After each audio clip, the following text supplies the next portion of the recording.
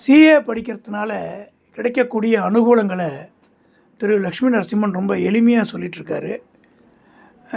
பொறுமையாக நான் கேட்கக்கூடிய கேள்விக்கு விளக்கமாக சொல்கிறவருக்கு நான் முதல்ல என்னுடைய மனதார்ந்த நன்றியை சொல்லிக்கிறேன். அருமையாக விளக்கம் தரார். இது நிறைய மாணவர்களுக்கு உதவியாக இருக்குங்கிறதுல ஒரு ஐயமும் இல்லை. அவருக்கு மீண்டும் என்னுடைய பணிவான நன்றியை சொல்லிவிட்டு, இப்போ ஒரு பிகாம் படிச்சுக்கிட்டே சிஏ படிக்கலான்னு நீங்கள் சொன்னீங்க. இப்போ பிகாம் படிக்கும்போதே உங்களுக்கு போர்ஷன்ஸ் அதிகமாக இருக்கும். முன்னமே நீங்கள் சொன்னீங்க சிஏ ரொம்ப டிஃபிகல்ட்டுன்னு. அப்போ பிகாம் போர்ஷனையும் ஒரு பையன் படிச்சுக்கிட்டு சிஏ படிக்க முடியுமா? முடியும். அந்த இலக்கு அடைய முடியுமா குறுகிய காலத்தில்? எல்லாம் முடியும், எல்லாமே முடியும். நான் எனக்கு தெரிஞ்சவங்கலாம் ஒரு கோர்ஸ் இல்லை 4 கோர்ஸ்லாம் படிக்கிறாங்க அட் டைம். ஆனால் பாயிண்ட் வந்து ஓகே, நான் இது ஆக்சுவலாக மெயினாக சொல்லணும்னு நினச்சேன். ஸோ காலேஜ் போகிறவங்களுக்கும் நார்மலாக இருக்கிறவங்களுக்கும் டிஃப்ரென்ஸ் இருக்குது எக்கச்சக்கமாக. காலேஜ் போகிறவங்க ஸ்கூல் முடித்த பிறகு காலேஜ் என்டர்டெயின்மெண்ட் பார்க்கணும், காலேஜ் போகணும், கல்ச்சுரல்ஸ் போகணும். நான் அப்படி சொல்ல வரல. பாயிண்ட் வந்து அந்த மாதிரி எக்ஸ்பெக்டேஷனோடு போவாங்க. ஆனால் சிஏ படிக்கிறவங்களோட எக்ஸ்பெக்டேஷன் எப்படின்னா, இந்த எக்ஸாம் நான் பாஸ் பண்ணணும். ஸோ அவங்களோட கோலே வேறு மாதிரி இருக்கும். படிக்கணும் பாஸ் பண்ணணும், டைம் எப்போ கிடைக்கும் அப்படின்னு. ஸோ நான் என்னோடய எக்ஸாம்பிள் சொல்கிறேன், நான் வேறு யார் எக்ஸாம்பிளும் சொல்லலை. நான் படித்தது இப்படி சொல்கிறேன். காலங்காலத்தில் 4 மணிக்கு எழுந்துப்பேன். காலங்காலத்தில் 5 மணிக்கு 5:30 மணிக்கு எனக்கு, நான் கோடம்பாக்கத்துலேருந்து படித்த ஆசாமி. கோடம்பாக்கத்துலேருந்து நுங்கம்பாக்கம் போவேன். ஃபஸ்ட்டு எம்பி விஜயகுமார் சாரோட அக்கௌண்டிங் கிளாஸ் போவேன். அங்கேருந்து மயிலாப்பூர் போவேன். அடுத்தது மயிலாப்பூரை போய்ட்டு ஒரு கிளாஸ் அட்டன் பண்ணுவேன். அப்புறம் அங்கேருந்து மந்தவெளி போவேன். மந்தவெளி போய்ட்டு ஒரு கிளாஸ் அட்டன் பண்ணி 9 மணிக்குள்ளே, அப்புறம் 9 மணிலேருந்து கீழ்பாக்கம் என்னோடய ஆஃபீஸ் இருக்கும். இங்கேருந்து கீழ்பாக்கம் போவேன். ஆஃபீஸ் போய்ட்டு 9 மணிலேருந்து சாயந்தரம் 5 மணி வரைக்கும் ஆஃபீஸ் ஒர்க் பண்ணுவோம். 6 மணிக்கு திருப்பி நுங்கம்பாக்கத்தில் இன்னொரு கிளாஸ் இருக்கும். 6 மணிலேருந்து 8:30 மணி வரைக்கும். 8:30 மணிக்கு படித்து முடிச்சுட்டு வீட்டுக்கு வருவேன், சாப்பிடுவேன். 9 ஆகிடும். இது வரைக்கும் கிளாஸ் அட்டன் பண்ணியிருக்கேன், நான் படிக்கல. அதுக்கப்புறம் தான் படிப்பேன். ஸோ படித்து முடிப்பேன். 12-1 மணிக்கு வரைக்கும் படித்து முடிச்சுட்டு தூங்குவேன். திருப்பி 4-4:30 எழுந்து பண்ணுவேன். இது வந்து ஒரு டே டு டே ரொட்டீன். இது வந்து சிஏ இன்டர் ஃபைனல்லாம் படிக்கும்போது இதெல்லாம் டே டு டே ரொட்டீனாக இருக்கும். ஸோ அந்த 3-4 வருஷம் நான் கஷ்டம்னு சொல்ல மாட்டேன், பட் அதுதான் உங்களோட வாழ்க்கையை இது வைக்கும். லைக் எவ்வளோ டிசிப்ளினாக நீங்கள் இருப்பீங்களோ அது உங்களோட வாழ்க்கையை ஃப்யூச்சர் அழகாக அதை டிசைட் பண்ணிடும். இது வந்து நீங்கள் வந்து உங்களையே நீங்கள் ட்ரெயின் பண்ணிக்கிறீங்க. ஒரு ரிகரஸ் என்விரான்மெண்ட், ஒரு டஃப்பான என்விரான்மெண்ட்டை ஹேண்டில் பண்ணுறது எப்படி, இது மாதிரி ஒரு டஃப்பான சுச்சுவேஷன் ஃப்யூச்சரில் வந்தால் நீங்கள் எப்படி ஹேண்டில் பண்ணுங்க. ஏன்னா இது படிக்கிறது மட்டும் இல்லை, படித்து முடித்த பிறகு நீங்கள் வேலைக்கு போகும்போதும் வேலையிலையும் டிமாண்டிங் இருக்கும். இப்போ நீங்கள் வந்து நான் சொன்ன எக்ஸாம்பிள் சொன்னேன், பிஆர்எஸ் சொன்னேன். நாளைக்கு பேங்க் ஸ்டேட்மெண்ட்டில் ஒரு தப்பு இருக்குது, புக்ஸில் வேறு மாதிரி இருக்குது, இதை நீ கண்டுபிடிச்சி சால்வ் பண்ணு. நீங்கள் சிஏ படித்து முடிக்கிறீங்கன்னா நீங்கள் வந்து சிஏ அப்படின்றது இல்லை. கணக்கு தெரியாதவன் தான் உங்ககிட்ட வந்து உனக்கு தான் கணக்கு தெரியுமே, நீ எனக்கு புரிகிற மாதிரி சொல்லு, இல்லை என்ன தப்பு நடந்திருக்குன்னு எக்ஸ்பிளைன் பண்ணுன்னு ஒன்றா தான் கேள்வி கேட்பான். அப்போ உங்களுக்கு சொல்ல தெரியணும். ஸோ வந்து படிக்கிறது ஒன்று, அது ப்ராக்டிக்கலாக எக்ஸ்பிளைன் பண்ணி எப்படி பண்ணணும்னு சொல்ல தெரியணும். அது நீங்கள் ஃபிசிக்கல் எக்ஸசைஸ் பண்ணும்போது நீங்கள் இன்னும் உங்களுக்கே தெரியாத விஷயத்தெலாம் நீங்கள் கற்றுப்பீங்க. அப்போ தான் உங்களுக்கே ஃபஸ்ட்டு டைம் தெரியும், ஓ இந்த மாதிரி ஒரு ப்ராப்ளம் வந்தால் நம்ம இப்படி ஹேண்டில் பண்ணணும். ஸோ அப்போ வந்து உங்களுக்கே அது ஃபிசிக்கல் எக்ஸ்பீரியன்ஸாக வரும். அப்போது நீங்கள் நிறைய இன்னும் கற்றுப்பீங்க ரியல் லைஃப் வேர்ல்டில். So as I said, BCom படிக்கிறவங்களுக்கும் சிஏ படிக்கிறவங்களுக்கும் ஃபஸ்ட்டு ஸ்டார்ட் டிஃப்ரென்ஸே டெடிகேஷன், ஃபோக்கஸ், டிட்டர்மினேஷன். இது 3 இருக்கணும். அது இருந்தால் ஆட்டோமேட்டிக்காக எல்லாமே நடக்கும். அது வரணும். நான் இன்னொரு பாயிண்ட் மெயினாக சொல்லிடுறேன். இன்னொருத்தவங்க சொன்னாங்க அதனால் நான் இது பண்ணேன், என் ஃப்ரெண்டு சொன்னால் இதை நான் பண்ணேன், எங்கள் அப்பா அம்மா சொன்னாங்க நான் பண்ணேன் அப்படின்னு வரவங்களுக்கு நடக்கவே நடக்காது. நீயா நினைக்கணும், நீயா பண்ணணும், முடிவு பண்ணணும். அப்படி பண்ணால் மட்டும்தான் இதை பண்ணவே முடியும். நான் சொல்கிறது கொஞ்சம் ஹார்ஷாக இருக்கலாம், ரஃப்பாக இருக்கலாம். நான் ஏன் சொல்கிறேன்னா, ஸ்டார்டிங்கில் என்ன இது இப்படி இருக்குது இப்படி சொல்கிறாரு அப்படின்னு இருக்கும். ஃபஸ்ட் அட்டம் செகண்ட் அட்டம் போதெல்லாம் தெரியாது. தேர்ட் அட்டம் போது நீங்கள் கிவ் அப் பண்ணிடுவீங்க. நான் சொல்கிறது ஏன் ஃபஸ்ட்டு தேர்ட் அட்டம் வரைக்கும் ஏன் போகணும், பாஸ் பண்ண முடியாதா? பாஸ் பண்ண ரொம்ப சந்தோஷம், more than happy. You have done excellent job, you have put in all the efforts already. நீங்கள் நல்லா எஃபர்ட் எடுத்து முதலே படித்து பாஸ் பண்ணிட்டீங்க, ப்ரில்லியன்ட். ஆனால் நான் எல்லோரும் அப்படி இருக்க முடியாது. நான் சொன்ன மாதிரி 100ல் 3 பேர் 4 பேர், பாக்கி 95 பேர் என்ன பண்ணுறாங்க? நான் அந்த 95 பேர் தான் இப்போ மெயினாக பேசிகிட்டு இருக்கேன். ஏன்னா நீங்கள் 3 பேரில் வந்துட்டீங்க, 4 பேரில் வந்துட்டிங்கன்னா மோர் தென் ஹாப்பி, சந்தோஷம். பாக்கி 95 பேருக்கு மோட்டிவேஷன் தேவைப்படும். அண்ட் வாட்டி வரும்போது ஃபஸ்ட்டு ஒரு 6 மாதம் போச்சு, அப்புறம் ஒரு 6 மாதம் போச்சு, திருப்பி ஒரு 6 மாதம் போச்சு. இப்போ 4வது வாட்டி என்ன தான் புதுசாக படிக்க போகிறீங்க? ஆல்ரெடி படித்த படிப்பு தான், என்ன புதுசாக படிக்க போகிறீங்க? நீங்கள் படித்ததை இன்னும் சரியாக எழுதணும், அவ்வளோதான் அங்கே டிஃப்ரென்ஸே தவிர உங்களுக்கு தெரியாதுன்னு இல்லை, உங்களுக்கு தெரியும் ஆல்ரெடி. ஸோ அப்போ தான் உங்களுக்கு அந்த சேலஞ்ச் புரியும். அதனால தான் சொல்கிறேன், டிட்டர்மினேஷன் இருக்கிறவங்க மட்டும்தான் இங்கே சர்வே பண்ண முடியும். உங்கள் கேட்ட கேள்வி, பிகாமில் இருக்கிறவங்க படிக்க முடியுமா, பாஸ் பண்ண முடியுமா? 100% முடியும். ஆனால் டிட்டர்மினேஷன் வேணும், அதுதான் பண்ணிட்டு. இப்போ எல்லாருக்கும் ஃபைனான்ஸ் வந்து கம்ஃபர்ட் சொல்ல முடியாது. ஒரு பிகாம் படிக்கிற வரைக்கும் சைடு பை சைடு சிஏ படிக்கிற ஒருத்தரால் பொருளாங்க பண்ணி படிக்கிறதுக்கான பொருளாதாரம் ஒத்துழைக்காது. அப்போ ஒரு வேலைக்கு போயிட்டு ஈவினிங்கில் இதை கொஞ்சம் கவனமாக படித்தா ஒரு 1 or 2 இயர்ஸ் அதிகமானால் கூட முடிக்க வாய்ப்பு இருக்கா? 100%. ஏன்னா இங்கே சிஏ கரிக்குலம் மாடியூல்லே அப்படி தான் இருக்குது. நீங்கள் ஃபவுண்டேஷன் முடிச்ச பிறகு இன்டர் போய் ஒரு சார்ட்டர்ட் அக்கௌண்ட் கீழே தான் ஒர்க் பண்ண போகிறீங்க. ஒர்க் பண்ணுறதுக்கு உங்களுக்கு சம்பளம் கிடைக்கும். சிஏ இன்ஸ்டியூட் படி defined stipend already minimum stipend define பண்ணியிருக்காங்க. நீங்கள் எந்த கம்பெனியில் போய் ஒர்க் பண்ணுறீங்கன்றது இருக்குது. இப்போது எக்ஸாம்பிளுக்கு சொல்கிறேன், ஒரு மிட் சைஸ் ஃபார்ம் போனீங்கன்னா அங்கே 10,000 15,000 உங்களுக்கு மாதம் கிடைக்கும். நீங்கள் இதுவே ஒரு பிக் 4க்கு போனீங்கன்னா 20,000 25,000 கிடைக்கும். பிக் 4ன்றது பெரிய மல்டிநேஷ்னல் கம்பெனிஸ் இருக்குது. அங்கே உங்களுக்கு எக்ஸ்போஷரும் பெரிய பெரிய கிளைண்ட்டோட எக்ஸ்போஷராக கிடைக்கும். அதுமாதிரி வேல்யூ நிறையா இருக்கும், நிறைய வேலை பண்ணணும், நிறையா படிக்கணும், நிறைய கற்றுக்கணும், எல்லாம் இருக்குது. ஸோ நீங்கள் எங்கே ஒர்க் பண்ணுறீங்க, எவ்வளோ ப்ரெஷர் எடுத்துக்கிறீங்கன்றதை பொறுத்து தான் உங்களோட கரியர் பார்த்தும் மாறும், அவ்வளோதான்.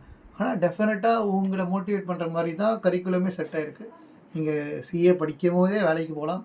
வேலைக்கு பண்ணி முடித்தா அந்த 3 வருஷம் ஆர்டிகல்ச்சர் முடித்தா தான் ஃபைனல் எக்ஸாமுக்கு உங்களுக்கு எலிஜிபிலிட்டியே கிடைக்கும், இல்லை எலிஜிபிலிட்டியே கிடைக்காது. ஸோ அதனால் நீங்கள் டெஃபினட்டாக பண்ணலாம். எனக்கு தெரிஞ்ச ஃப்ரெண்டு இருக்கான், ஒருத்தன் சிஏ இன்டர் படித்தான், பாஸ் பண்ணிட்டான், ஃபைனல் பாஸ் பண்ண முடியல.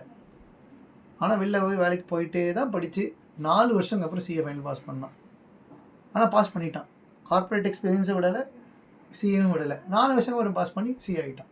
அதுவும் பண்ண முடியும். அருமை. இப்போ ஒருத்தர் சிஏ முடிச்சுட்டு அசோக் லேலண்டில் சேர்மன் ஆனார், எம்டியோ சேர்மனோ பெரிய போஸ்ட்டுக்கு வந்தார். அந்த மாதிரி எல்லாருக்கும் வாய்ப்பு கிடைக்குமா, இல்லை அது ரேர் பாசிபிலிட்டி தானே? World is full of competition. நீங்கள் பண்ணணும், உங்களோட அச்சீவ்மெண்ட்டு நீங்கள் தான் ப்ரூவ் பண்ணணும். இப்போ வந்து நான் சொன்ன மாதிரி தான், ஒரு 3% சொன்னாலும் 1 கோடி பேர் எழுதுறாங்கன்னா டெஃபினட்டாக 3% உங்களுக்கு எத்தனை பேர் தெரியும். நான் 3 லட்சம் 30 லட்சம்லாம் சொன்னேன், 30,000 பேர் வச்சுப்போம். 30,000 பேர் சொன்னாலுமே 1 among 30,000 கேன் ஒன்லி பிகம். ஒரு கம்பெனிக்கு ஒரு சிஎஃப்ஓ இருக்க முடியும், ஒரு சிஇஓ இருக்க முடியும். 30,000 பேர் எப்படி சிஇஓ ஆக முடியும்? அப்படின்னா ஆல்ரெடி உனக்கு 30,000 பேர் காம்படிஷனில் நிற்கிறாங்க. நீ அவங்களுக்கு மேலே நீ வசதி அப்படி நீ ப்ரூவ் பண்ணால் தான் உங்களால் வர முடியும். அப்படியே நீ அங்கே ப்ரூவ் பண்ணாலும் கம்பெனியோட போர்ட் ஆஃப் டைரக்டர்ஸ் ஒன்று அக்செப்ட் பண்ணணும், கம்பெனியோட இன்வெஸ்டர்ஸ் ஒன்று பார்க்கணும், உன்னோட பர்ஃபார்மன்ஸை பார்க்கணும். நீ இந்த கம்பெனிக்கு வந்ததுனால கம்பெனியோட ஃபினான்ஷியல்ஸ் எப்படி மாறிச்சு, கம்பெனியோட ஸ்ட்ராட்டஜிக் டிசிஷன் திங்கிங், கம்பெனியோட டிசிஷன்ஸ் எப்படி குவார்ட்டர் பை குவார்ட்டர், எப்படி கம்பெனியோட க்ரோத் பர்ஃபார்மன்ஸ் ஆச்சு, எப்படி கம்மியாச்சு, எப்படி எக்ஸ்பேண்ட் பண்ணாங்க. ஸோ ஒரு சிஏன்றது வந்து it's just a basic foundation step. நான் தான் திருப்பி சொல்கிறேன், it's just a foundation step to corporate life. நீ வந்து ஒரு சிஏனா உனக்கு ஒரு டிஃபால்ட்டாக ஓகே ஹீ நோஸ் திங்ஸ் அப்படின்ற ஒரு எக்ஸ்பெக்டேஷன் செட் பண்ணுறீங்க தவிர it doesn't mean you are a big shot. அதுக்கு நீ திருப்பி வழக்கம் போல் எப்படி இங்கே ப்ரூவ் பண்ணியோ அங்கே leadership quality, people management skills, technical skills, fund series raising skills, அந்த ஸ்கில்ஸ்லாம் நீ கற்றுக்கணும். கம்யூனிகேஷன் ஸ்கில்ஸ் அது ரொம்ப பெரிய விஷயம். எப்படி பேசணும், யார்கிட்ட எப்படி பேசணும், ரெகுலேட்டர்கிட்ட பேசுகிறனா எப்படி பேசணும், ஆடிட்டர்கிட்ட பேசுகிறனா எப்படி பேசணும், ஒரு இன்வெஸ்டர்கிட்ட பேசுகிறனா எப்படி பேசணும், எப்படி ப்ரெசன்டேஷன் பண்ணணும், எப்படி, அதெல்லாம் நிறைய இருக்குது. ஸோ இது வந்து ஒரு அதான் சொன்னேன், ஃபஸ்ட்டு ஸ்டெப்பு தான் நம்ம பார்க்குறது, ஒரு ஃபஸ்ட்டு ஸ்டெப்பு தான். அதெல்லாம் அதுக்கப்புறம் பிற்பாடு நீங்கள் கற்றுக்கிட்டு உன்னோட பியர் ப்ரெஷர்லாம் பீட் பண்ணி நீ வந்தால் டெஃபினட்டாக இங்கே என்ன எங்கே வேணால் ஆகலாம். நம்ம ஊர் எந்த ஊர் வேணால் போய் நீங்கள் ஆகலாம், எவ்வளோ பெரிய ஆளாக வேணால் ஆகலாம். ஆனால் அதுக்கு நீங்கள் ப்ரூவ் பண்ணி நீங்கள் வரணும், அவ்வளோதான். இப்போ லாயர் படிக்கும்போது அதில் நிறைய பிரிவுகள் இருக்குது. இப்போ கிரிமினல் லாயர் படிக்கிறாங்க, அதுமாரி சிவில் லாயர் படிக்கிறாங்க, இன்சூரன்ஸுன்னு படிக்கிறாங்க, நிறையா கேட்டகிரியாக. அதாவது ஒரு கம்பெனியில் போய் கம்பெனி லாயர்ஷிப் படிக்கிறாங்க, இந்த மாதிரி இருக்குது. அந்த மாதிரி சிஏவில் ஈஸியாக ஏதாவது ஒன்று இந்த லெவலில் ட்ரை பண்ணால் படிச்சுட்டு ஒரு வேலைக்கு, நல்ல வேலைக்கு போயிடலான்ற மாதிரி ஏதாவது ஷார்ட்கட் இருக்கா? ஏதாவது ஈஸியாக ஓரளவுக்கு சிரமப்பட்டு பாஸ் பண்ணிடுற மாதிரி? சிஏ படித்து பாஸ் பண்ணிட்டீங்க சொல்கிறது புரியுது. இப்போ கிரிமினல்லாம் அது மாதிரி சொல்கிறீங்க. சிஏ படித்து பாஸ் பண்ணிட்டீங்க, அப்படின்னா அதுக்கப்புறம் என்னென்ன வெர்டிகல்ஸ் இருக்குன்னு நான் சொல்லிடுறேன். சரி. அதுக்கப்புறம் அந்த வெர்டிக்கலில் உங்களுக்கு எந்த வெர்டிக்கல் பிடிச்சிருக்கு, ரொம்ப டஃப்பான வெர்டிக்கல் போகணுமா, கம்மியான எஃபர்ட் இல்லாத வெர்டிக்கலுக்கு போகணுமான்றது நீங்கள் முடிவு பண்ணிக்கோங்க. ஸோ இப்போ சிஏ படித்து பாஸ் பண்ணிட்டேன் அப்படின்னா ஃபஸ்ட்டு டாக்ஸேஷன். எல்லாருக்கும் தெரியும் டாக்ஸ்னா என்ன இம்பாக்ட். இப்போ டாக்ஸேஷன்லேயே 2 இருக்குது, டைரக்ட் டேக்ஸ் இருக்குது, இன்டைரக்ட் டேக்ஸ். ஆமாம். ஸோ டைரக்ட் டேக்ஸ்னால் உங்களோட பர்சனல் டாக்ஸேஷன். இன்டைரக்ட் டேக்ஸ்னால் இப்போ வேட்டு, ஜிஎஸ்டி, சர்வீஸ் டேக்ஸ் எல்லாம் இருக்குது. இப்போ எல்லாம் போய் இப்போ ஜிஎஸ்டி மட்டும்தான். ஜிஎஸ்டி இருக்கும், எக்ஸைஸ் டியூட்டி வரும். இது எக்ஸைஸ் டியூட்டி, கஸ்டம்ஸ் டியூட்டி நீங்கள் இம்போர்ட் பண்ணும்போது. ஸோ இதெல்லாம் இன்டைரக்ட் டேக்ஸில் வரும். ஸோ சிஏ டாக்ஸேஷனில் 2 வகுப்பு, டைரக்ட் டேக்ஸ், இன்டைரக்ட் டேக்ஸ். இது வந்து நான் ஜென்ரல் லேயர் சொல்கிறேன். இதுக்கப்புறம் இன்னொன்று இருக்குது, இன்னொரு வகுப்பு வந்து FEMA foreign exchange. So foreign exchange இப்போ எப்படி பண்ணுறாங்க, அதில் எப்படி மேனேஜ் பண்ணணும், எப்படி ஃபைலிங் பண்ணணும், அதெல்லாம் இருக்குது. இது வந்து தனியாக ஒரு கேட்டகரைசேஷன் கிடையாது. But if you are becoming an expert டெஃபினட்டாக you can charge very good பண்ணி on that actually. So FEMA இது வந்து டேக்ஸ் சைடில் பேசிக்கலி, கம்ப்ளைண்ட் சைடில். அடுத்தது ஆடிட்டில் மல்டிபிள் வகை இருக்குது. 1 internal audit, 2 stat audit, 3 forensic audit, 4 external valuation. So internal ஆடிட்னா நீ ஒரு கம்பெனியில் போய் எம்ப்ளாயியாக இருப்ப, கம்பெனிக்குள்ளே இருக்கிற இன்டர்னல் கண்ட்ரோல்ஸ் எப்படி ஒர்க் பண்ணுது, கம்பெனி இப்போ நான் எக்ஸாம்பிளுக்கு சொல்கிறேன், ஒரு அக்கௌண்ட் ஓச்சர் பாஸ் பண்ணணுன்னா 50,000 ரூபாய்க்கு மேலே போச்சுன்னா அக்கௌண்ட் மேனேஜர் சைன் பண்ணணும், டேரக்டர் சைன் பண்ணணும். அதே 1 லட்ச ரூபாய்க்கு மேலே போச்சுன்னா அக்கௌண்ட் மேனேஜர் சைன் பண்ணணும், டேரக்டர் சைன் பண்ணணும், 2 டேரக்டர் சைன் பண்ணணும் அப்படின்னு கண்ட்ரோல் இருக்கும். ஸோ அது கண்ட்ரோல் ஃபாலோ பண்ணுறாங்களா பண்ணலையா அப்படின்னு செக் பண்ணி பண்ணலன்னு ரிப்போர்ட் கொடுக்குறது இன்டர்னல் ஆடிட் ரிப்போர்ட். இது பண்ணுறவர் பேர் இன்டர்னல் ஆடிட்டர். இன்டர்னல் ஆடிட்டர்ன்றது ஒரு டொமைன். இதே விஷயம் ஸ்டாச்சுட்டரி ஆடிட்டர்னா கம்பெனியோட புக்ஸ் கரெக்டாக மெயின்டைன் பண்ணியிருக்காங்களா, கம்பெனி அவங்க சொன்ன மாதிரி தான் எக்ஸ்பென்ஸ்லாம் ரிப்போர்ட் பண்ணியிருக்காங்களா, அவங்களுக்கு வந்து இன்கம்லாம் கரெக்டாக காமிச்சிருக்காங்களா, க்ளோசிங் ஸ்டாக் ப்ரைஸ்லாம் கரெக்டாக போட்டிருக்காங்களா, எக்ஸ்பென்ஸ்லாம் கரெக்டாக ரெக்கார்ட் பண்ணியிருக்காங்களா, பேலன்ஸ் ஷீட்டில் அவங்களோட ஃபிக்ஸட் அசெட்லாம் கரெக்டான வேல்யூஷனில் இருக்கா, அதெல்லாம் செக் பண்ணி ஆடிட் ரிப்போர்ட் கொடுக்குறது வந்து ஸ்டாச்சுட்டரி ஆடிட்டர். ஸோ இது 2. இவங்க வந்து they will be signing the financial statements. And இதை நம்பி மக்கள் வந்து இப்போ ஸ்டாக் மார்க்கெட்டில் லிஸ்டட் கம்பெனிஸாக இருந்தால் இவங்க ஆடிட்டர் சைன் போட்டிருக்காங்கன்னா மக்கள் அந்த நம்பரை நம்புவாங்க. நம்பி கம்பெனியோட ஃபினான்ஷியல்ஸ் நல்லா இருக்குன்னா இன்வெஸ்ட் பண்ணுவாங்க, இல்லைன்னா விற்றுட்டு வித்ட்ரா பண்ணுவாங்க. ஸோ அதனால் உங்களோட நம்பிக்கை, சிஏவோட நம்பிக்கை வந்து அந்த பயங்கர மல்டி வகையில் நம்பப்படுறாங்க, அவங்க கரெக்டாக தான் சொல்லுவாங்க அப்படின்னு. அதனால் அங்கே தான் உங்களுக்கு பெரிய கெத்தான பாயிண்ட்டு சிஏக்கு. ஸோ இது 2. 3வது நான் சொன்னேன் வேல்யூவேஷன்.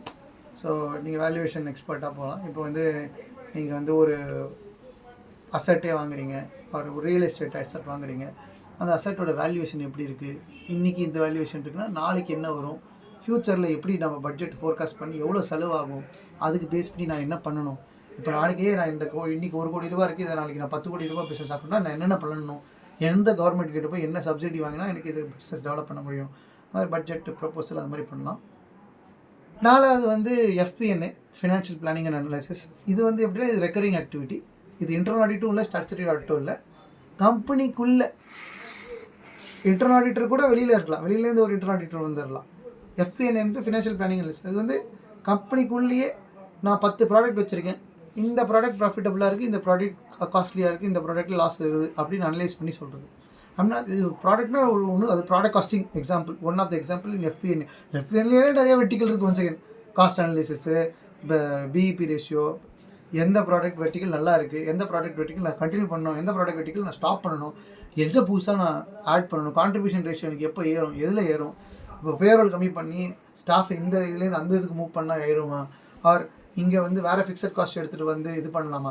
ஸோ அந்த மாதிரி அனலிட்டிக்கலாக யோசித்து பண்ணி ஒரு கம்பெனியோட டிசிஷன் மேக்கிங்க்கு ஹெல்ப் பண்ணி ஒரு நல்ல டிசிஷன் எடுத்து கம்பெனியோட க்ரோத் பிளானை ட்ரஜெக்டரியை ஃபைனலைஸ் பண்ணி கொடுக்குறது FP&A அனாலிசிஸ். ஸோ இதெல்லாம் ரொம்ப மேஜர் வெர்டிகல்ஸ் நான் சொல்கிறேன். ஸோ இந்த வெர்டிகல்ஸில் நீங்கள் பண்ணலாம். FP&A is comparatively easy to enter in general state. ஆனால் லாங் ரன்னில் to grow it is also more competitive because like you so many people are there sitting in FP&A. அதனால் competition wise down the line it will be very tough, but it is easy to enter and it is easy to survive there. ரொம்ப ரொம்ப நன்றி sir.